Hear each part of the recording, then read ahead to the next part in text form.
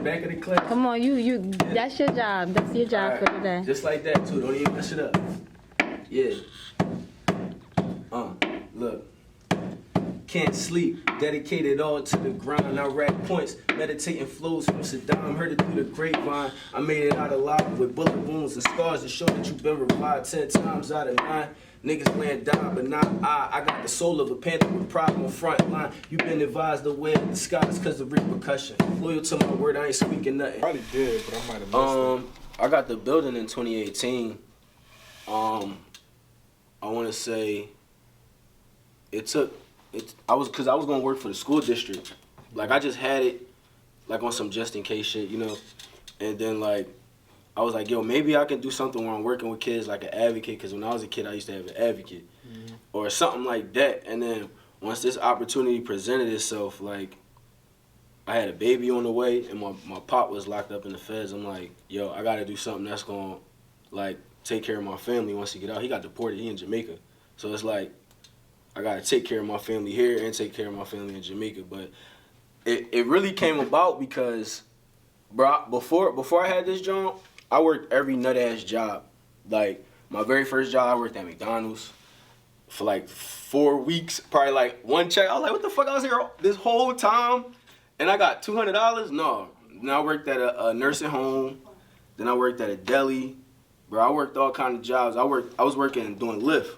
So I'm driving Lyft, and I picked this dude up, and he's just like, you know, it was one guy, and there was 2 other guys that got in, and they just were talking, and I chimed into their conversation. They was talking about music, and the one dude had like an English accent.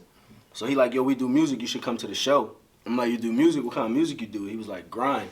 I'm like, oh, let me hear something right now. They don't know me from nowhere. So he rapping, I'm rapping back and forth. We like freestyling. The dude that was in the passenger seat was his manager, and they like was on a world tour. They worked with this certain label, you know. And once we was rapping, he said, yo, stop. Yo, we got to keep this energy. Yo, can you come up to the hotel room and record? That shit was like a movie. I'm like, yeah. Went up there, recorded like 2 of the fastest songs ever. And then like from that point, I just kept going back and forth from New York. But the situation was so beautiful because my spectrum of listening to music changed when I was around it, because they were more on like some EDM, like on some like real feel-good music with no words. So it's weird. I listen to music with no words that make me like a better writer. So I was kind of I was doing a good amount of writing, and I got my money from that. And once I saw this opportunity, I just jumped right on it. And I ain't turned back since. The best thing I ever did, bro. I wake up every day. It's the best day of my life every day, because I worked at a nursing home where it's like everybody kind of defeated and they waiting to die. So you're around kids, it's like they full of life. Like they asking you mad questions that keep you on your toes, but you can't be emotional when you answer them. You got to be really logical, because you know that this is somebody's life. They're going to walk away off of what, they call me Mr. Will and shit. They like off of what Mr. Will say, so. Right, man. I done worked with kids too. And I definitely felt like that's one of them jobs where you don't run out of energy. No, bro. Because they're always giving you energy. So whether it's dodgeball or teaching one of them how to tie their shoe or whatever it is, it keep me disciplined, because I could go wherever I want. I do whatever I want to do. But to be able to come back, it's like, you know, I'm not with I gave $100,000 to this fund, or I did like, I feel like when you giving back, it has to be like genuine, hands-on. So like for me, it's like, how can I want to do things like basketball leagues, football leagues, recreation, all kind of stuff. I got a lot of, this is the beginning. All right. Well, that's a good little intro. Let's get into it. Word. So, introduce yourself for those who don't know you. My name is William Aston from the Northeast Philly section. But I'm respected all over Philly. I make music. I'm a high-level creator. I'm a business owner. Right here, right now, we just, you know, we about to rap about basically whoever don't know me, you're going to find out, you know, about my story. But everybody who rocking with me, they'll let you know that it's for real. All right, y'all going to find out a little bit about me on this interview, too, because 2015, I was in school and I was in Philly. Granted, you see us pushing the eye in Philly right now. I was really in Philly for a good amount of time in my life. So when I was playing basketball with DJ, Seth, you know, shout out to DJ, shout out to you, Seth. Shout out both of them, man. They was You feel me? They was my older bros at the time that was putting me on the game, playing different songs, like working me out. You feel me? So we coming back from the workout, they playing Will. I don't know Will from nowhere at this moment. I'm like, all right, this is shit type hard. Then the shit you talked about, shit you was talking about was resonating with me. And really the last album, it just felt like somebody really put their all into it. It felt like Friday Night Lights. Like when I heard J. Cole drop Friday Night Lights, or like the warm up, that's how I felt when I heard you feel me? The last album. It's Whether hot, you may know it or not, you may Yeah. not have known that somebody was listening to your shit. That's what makes this so special, because everybody don't always get their flowers, because you might have helped somebody. So I can genuinely say, like, listening to the last album helped me. Thank you, bro. I'm glad that I could do that for you, bro. Like, and you said like from anywhere from Kendrick to Cole to a lot of there, I was heavily influenced by the Jay Dilla. And I just wanted to, it's called The Last Album, like, yo, if this is the last thing I ever make, this is what I'm going to leave. So I did get a lot of reaction that I didn't expect, because I felt like I was just telling my story. And then a lot of people came back and they were like, bro, you know, since I was so revealing with my story, I didn't know how much it was going to connect to other people. Like one of my friends had somebody stationed out in Afghanistan, and like dude was on some suicidal shit and he was listening to it. It was just like, wow, it's going everywhere. But it was because it was genuine. Because it was genuine. But every project that I do, I go in with a mind state. I'm not just going to go in and just force the music. I got to catch the vibe. One thing I tell other artists, which is kind of crazy, but I like unlearn how to make music to relearn how to make it, just to stay sharp on my craft. But like after the last album, like it was Illa Man. And that one, I just took the creativity where I felt like I want people to feel good. You know, I do want to tell my story, but I got to wait when it's like album time. I think the last album was so revealing that now the next time that I do something heavy like that, it has to be like a real like industry album. But from the next project after that, I was just real experimental. Every project, I just get more experimental. And as long as I've been making music, I still feel like I'm getting better. Like, I know it. You know what I'm saying? With the last album, no, really, like, it felt like it was a complete project. What was your favorite Jones on there? The last song? Yeah, The last song, the Aaliyah Jones. Who the fuck is Nard? Nard, my man Bernard. Now, me and Nard actually, I went to 3 different high schools. I went to Northeast, I went to North Catholic, and I went to Del Valle. Then I went back to Northeast. But I met him, and we went to school together in North Catholic. Never spoke to each other. He's like a grade under me. So it wasn't like we was beefing. We just never spoke to each other. And then like once I started rapping, he like, oh shit, I used to go to school with dude. Yo, I got beats. So from there, we just started making, like exchanging off of emails. Then we would meet up. So the more and more we was meeting up, we was making dope records. Like, so the last album, that's like, as much as that's William Aston, that's Nard. You know what I'm saying? I mean, I heard, it's like I know Nard and I know Will. Yeah. So it's like, I hear, hey, Nard, send me this. Damn, bro. Hey, Nard, I heard a lot of that, so I'm like, this is like, you gave a lot of credit. A lot of people, some people don't do that. Some people don't work with the same beat maker consistently, so you one of those people that we remember, just like Drake got 40. Right. You got Nard. Yeah, I got Nat, but you know, actually, Nard kind of. I apologize for my phone. Nard actually stopped making music a little while after the last album, so it was kind of rough for me, bro. I was going through a rough ass time at that time because like the music kind of was reflecting it, and I felt like maybe I wanna take my life to a better place. Bro, I was like, I want to say, the first half of me making it, I was homeless. The second half of me making it, I was like, yeah, I had a job and I had a crib, but I was barely staying afloat. I was going through shit with Lil Uzi, like that was like my best friend. He was like my brother, and then it was like once he made it, it was on some like Nana and Boo Boo. I made it F everybody, and it was like including me. So it was like I'm still trying to keep the composure because you can't let things go crazy out in the open. I'm like, maybe he just going through. We gonna go through this, whatever. We gonna rap. But it was like things just got more cordial, and on top of that, like my life was kind of like my dad got picked up by the feds. My sister got killed. It was like a lot of things going on in my life. So for me and him to be that close, I thought maybe I was entitled to thinking he was supposed to help me. But you know, if that's your guy, like So I'm not gonna lie though, like when I listening to y'all, I wasn't like when I heard Uzi like 2014, 2015. I didn't know who Uzi was. You feel me? 'Cause I heard Uzi through you. I can genuinely say that. That's why people don't like. I'm really a genuine lyricist type of nigga. Like I want to hear lyrics. I want to hear somebody that make me think. So when I heard you versus when I heard Uzi, I'm more connected to your sound. But Lil Uzi name just started ringing and ringing. That's because he's talented, bro. Yeah, he's really talented. I'm not a hater. Talented. He's talented. I'm not gonna say when I first met him, you know, he didn't really have when I first met him, he didn't really have any friends. And like for me, I was 18, I was on my own. Like I don't really have that much family in America, period. Most of my family in Jamaica, or like I got some scattered in New York here and there, but like I had my own crib, I had my own car, and like he was kind of like little bro as far as like I fucked with him, but other people didn't really take to him. But I'm like, yo, that's my man. He don't care with nobody. Then he in his own swag. And then once he started rapping, I'm like, bro, let's just come to the studio with me. Just keep going, bro. Just keep trying it.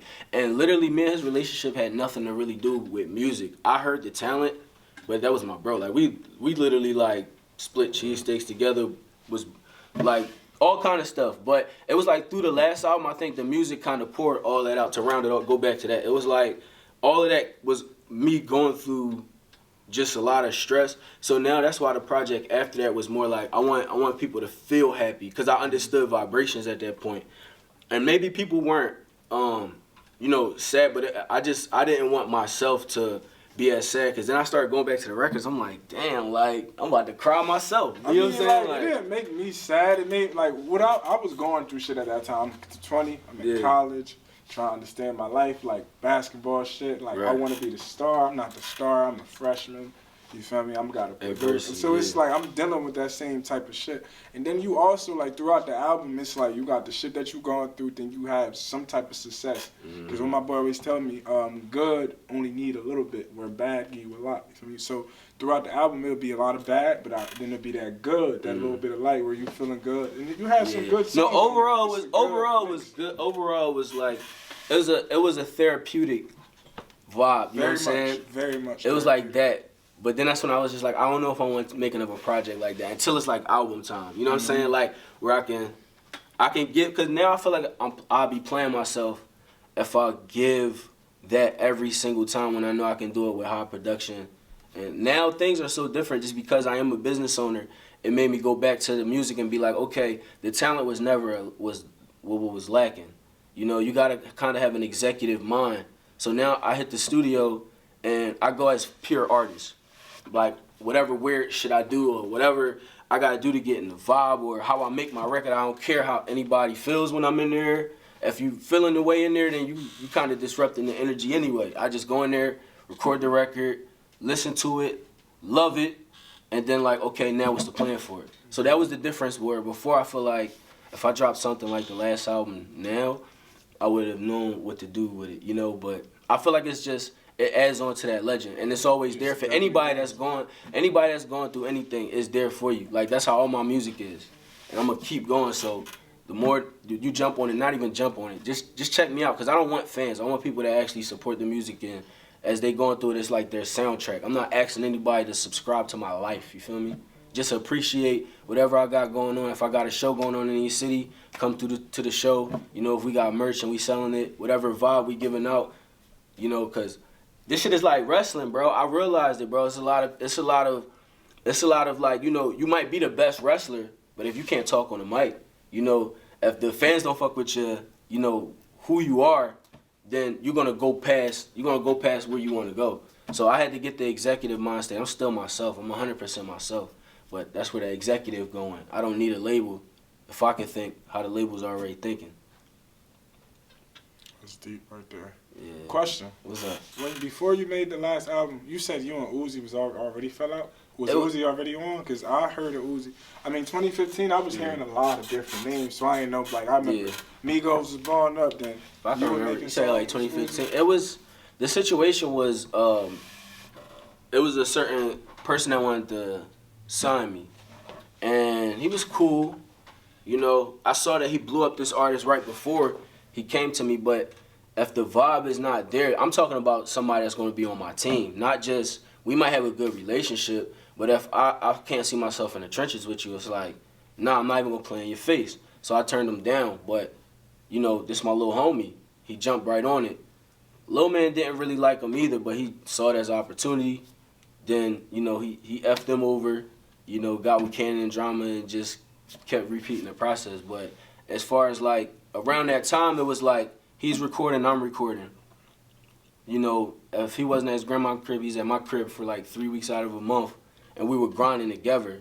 It never was like, let's write these raps together. It was like, bro, we both want to make it, but we like real brothers. So it just got more cordial as his fame was growing. It was like, oh shit, people like me, girls like me.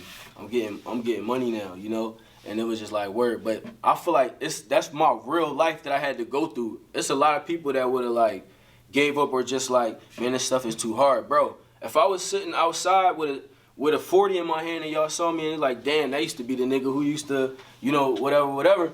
That's how people would live my life. So I don't care what like anybody thinks because I know where I'm at right now and I grinded every single day of my life.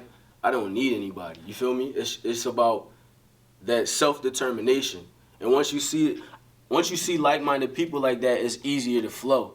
Like I didn't get damaged by it as far as like, you know, I don't trust people anymore. It's just more like I'm more alert. But I'm still going to have that love. I've been through a lot of situations. But you still got to keep that love. Because once you keep that block, you're blocking your chakras. You're blocking all the flow of good energy that's going to go. And a lot of times we have relatives that's like 40, 50 years old. And they still stuck off of a situation that happened to them when they was our age. You feel me? Telling stories about it. Yeah, so they stuck. They never got over it. For me, I whatever I go through, I live life just like that. Like, me having kids, I got 2 kids. I got a daughter and I got a son.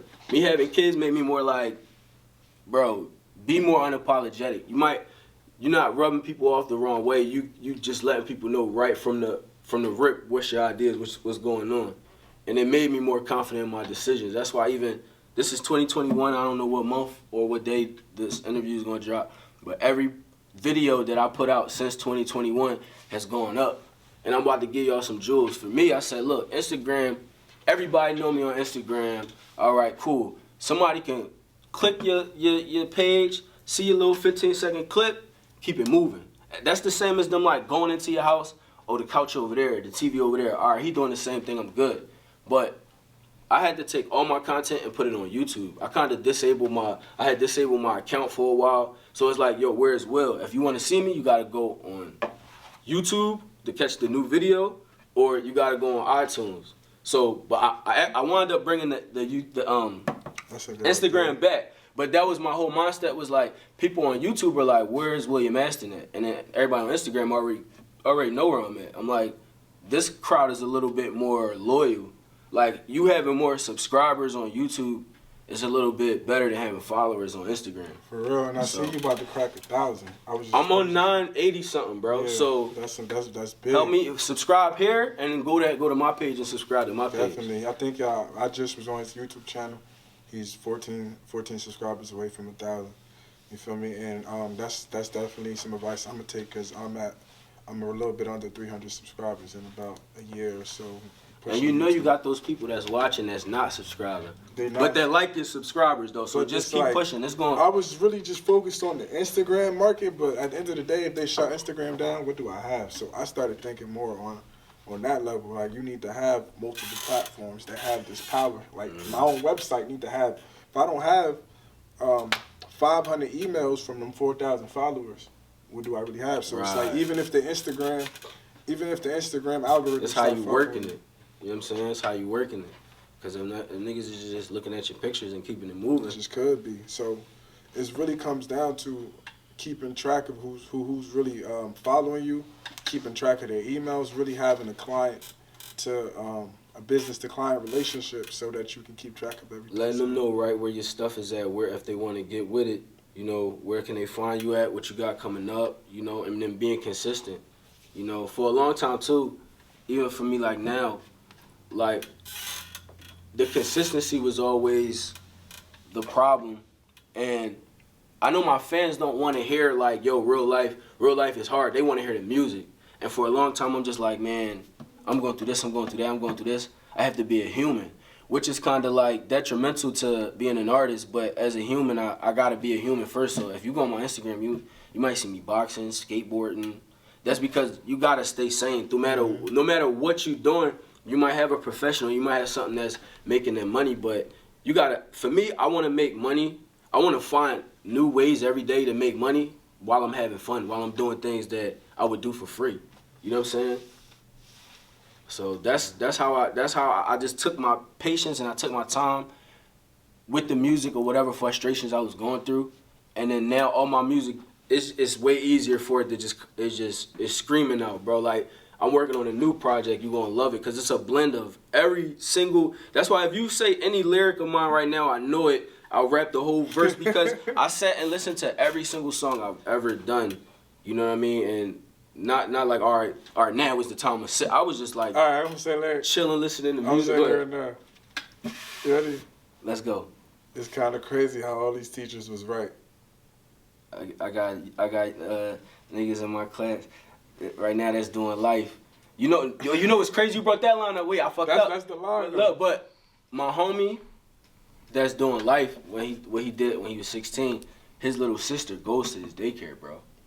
So it's like I look at her and I'm just like I'm doing it for him too, bro. So a lot of my lyrics and a lot of words that I say in my music, they started manifesting themselves. That was major for me though when I heard that at that time because I'm 21. Mind you, I went to college just to get out of Trenton. I mean, I wanted to play basketball and shit because, I had talent in that aspect. I was chasing that dream, but I was really in college because I didn't want to be in Trenton at the time. Mm-hmm. You know what I mean? So you wanted that new experience. Understanding what was going on with my friends. When I heard that line, it was like, okay, same shit going on in Philly. It kind of took away excuses from me. Oh, Trenton is this. Like when I left the hood, when I left the town, and I went off to wherever, like yeah, I'm from Trenton, and then somebody else like, yeah, I'm from Philly.